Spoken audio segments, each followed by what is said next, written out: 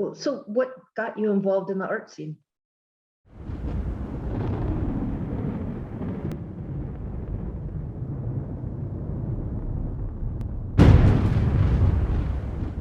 I started off actually as an animator, 2D animator for video games and Nickelodeon and VH1, all the cartoon networks, and then I went into motion graphics. So I've been drawing and painting ever since I was a little kid, and animating with what horrible, like, crude tools I had at my disposal when I was a kid.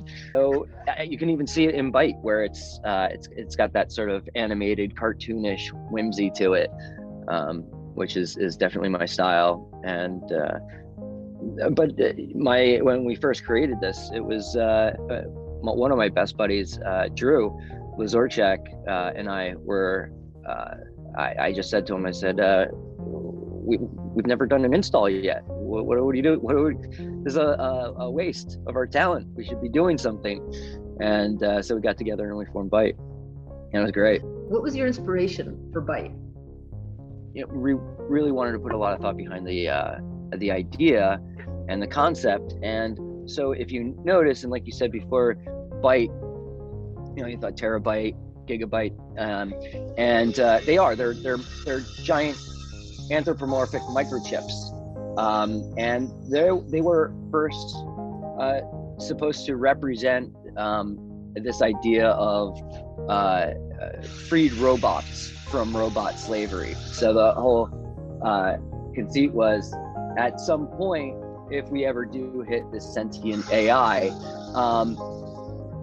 we will run into this type of ethical dilemma where, at what point, while we're still using them to make our cars or to mop our floors, does it become slavery if they're truly sentient? And there's some wonderful movies about it. Bicentennial Man with Robin Williams, where he says to his inventor, he said, I want freedom. And he goes, well, where do you want your freedom? Like, you have everything here. You have a loving family.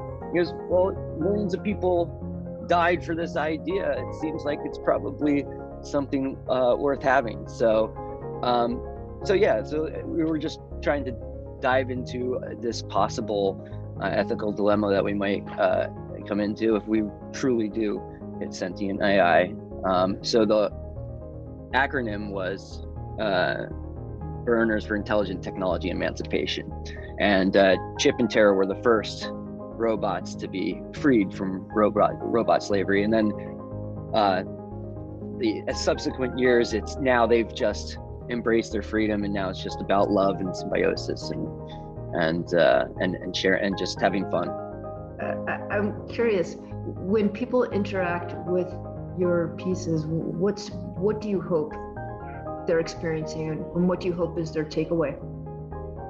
People go to when they're walking around and they don't realize what this is, and they look underneath and they see the garden, and they just find all these pockets where they can congregate with their friends and have like this little space, almost like a safe space, and a calm, peaceful safe space where you can meet new people too. And so many people